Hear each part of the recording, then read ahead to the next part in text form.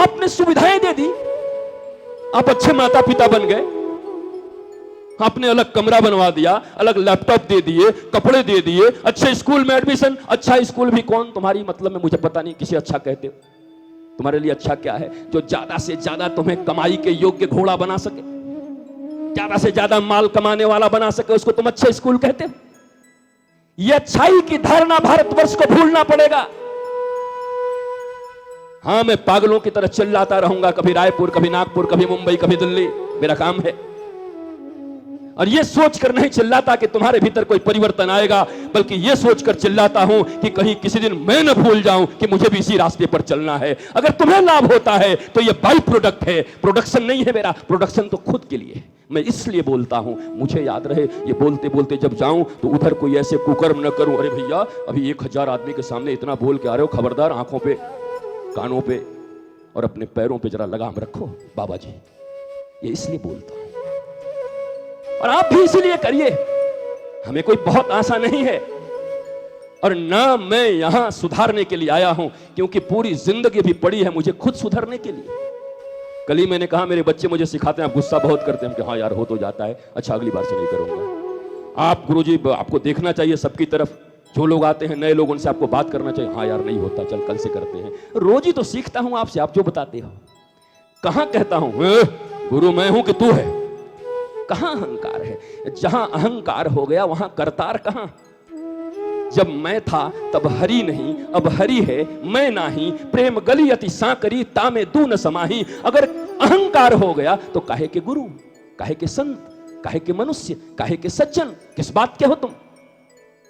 इसलिए learning period तो मेरा भी है और तुम्हारा भी है, लेकिन व्यवहार की दृष्टि से, ज्ञान की दृष्टि से थोड़ा कभी किसी को सुनते हैं, मानते हैं। कपिल भगवान हैं और 5 साल के हैं, उनकी माता का उम्र देवहूति का कितना है? कपिल बैठे हैं आसन पर, माता बैठी है नीचे। ये तो शिष्टाचार के खिलाफ है, भारतवर्ष में ऐसा नहीं होता, और भगवान ऐसा कर रहे हैं। मां बैठी है नीचे और तुम ऊपर बैठे हो, 5 साल के हो गए, महात्मा बने हुए हो। कोई जवाब है तुम्हारे पास? नहीं है। हमारे यहां उम्र की प्रतिष्ठा है और करना ही चाहिए, लेकिन ज्ञान पूज्य है हमारे यहां भारतवर्ष में। 5 वर्ष का प्रहलाद पूज्य है, 5 वर्ष का ध्रुव पूज्य है, 3 साल की मीरा निकलती वो पूज्य है, सबरी पूज्य है। हम केवल उम्र और अनुभव को नहीं मानते। अनुभव शब्द बड़ा खतरनाक है। हम 70 साल के हो गए, हमारा अनुभव कम नहीं है। क्या अनुभव है? बड़ा बाबू थे, घूस लेने का अनुभव है। कितना लेते थे एक काम का? बड़े अनुभव की बात करते हो। किस चीज में अनुभव है? क्या काम के ऊपर काम किया? लोभ के ऊपर काम किया? ऋषियों ने जैसे काम किया? अपनी वृत्तियों के ऊपर काम किया? हृदय के ऊपर काम किया? मन के ऊपर काम किया? इंद्रियों के ऊपर काम किया? किस चीज के ऊपर काम किया आपने? किस बात का अहंकार है आपको बड़े होने का? और आप इसलिए कहते हैं मैं बड़ा हूं, मुझे प्रणाम करो, मुझे मानना पड़ेगा, मैं तेरा बाप हूं कि तू मेरा बाप है। अगर यही बात प्रहलाद ने मान लिया होता, आज प्रहलाद की पूजा क्यों करते हो? प्रहलाद ने तो खुलेआम अपने बाप का अपमान कर दिया। आज भरत की पूजा क्यों करते हो? अपनी मां को गालियां दे दी, गंदी गालियां देकर चले गए, और राम जी गले लगा लिए। बा राम जी, एक बेटा अपनी मां को गालियां दे के आ रहा है, तुम गले लगा रहे हो, कैसे भगवान हो? आप जवाब दीजिए ना। आप ही के भगवान हैं, आप ही पूजा करते हो, आप ही रामायण जानते हो, आप ही से सवाल कर रहा हूं। अपनी मां को गाली देकर आने वाले भरत को राम गले क्यों लगाते हैं? अपने पिता की एक भी बात प्रहलाद क्यों नहीं मानता? मातृदेवो भव पितृदेवो भव मानना चाहिए ना, क्यों नहीं मानता? और तुम आज प्रहलाद की पूजा करते हो, प्रहलाद की जय जयकार करते हो, प्रहलाद की कथाएं सुनाते, हिरण्यकश्यप की सुनाओ। क्या समझते हो? क्या सीखे इससे?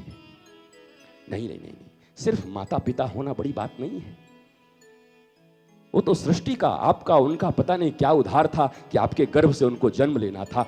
आप भी उधार पूरा करने आए हो और वो भी उधार पूरा करने आए हैं। दोनों ही कर्ज लिए हुए हो मां बेटे। अगर सनातन परंपरा जानते हो तब, नहीं जानते तो कोई बात नहीं, और बहुत कम चांस है कि जानते होगे। जानोगे कहां से? कितने वेद हैं ये पता नहीं, कितने ऋषि आए ये पता नहीं, वेदांत के सार सिद्धांत तुम्हें पता नहीं, भागवत और रामायण का रौ तुम नहीं जानते। ऋषियों ने वैज्ञानिकों की तरह दिन रात मेहनत कर करके जो लिटरेचर तुम्हें दिए, उन लिटरेचर से तुम्हें कोई मतलब है? तुम जानते नहीं। जब कोई पढ़ के आता है, समझ के आता है, तुम्हारे बीच बोलता है, तो तुम उसे अहंकारी कहते हो। ये देखो, गुरु जी को ऐसे नहीं बोलना था, ये अहंकार की भाषा है। मैं अहंकार की भाषा नहीं कर रहा। मैं तो चाहता हूं और अंत में सबको कहता हूं कि मेरी कोई बात अगर अच्छी लगी हो तो उसे वापस कर देना, और कोई बात यहां भाले की तरह चुभी हो तो उसे ले लेना, क्योंकि जो चुभी है वही तुम्हारे काम की है, जो अच्छी लगी वो मेरी चापलूसी होगी।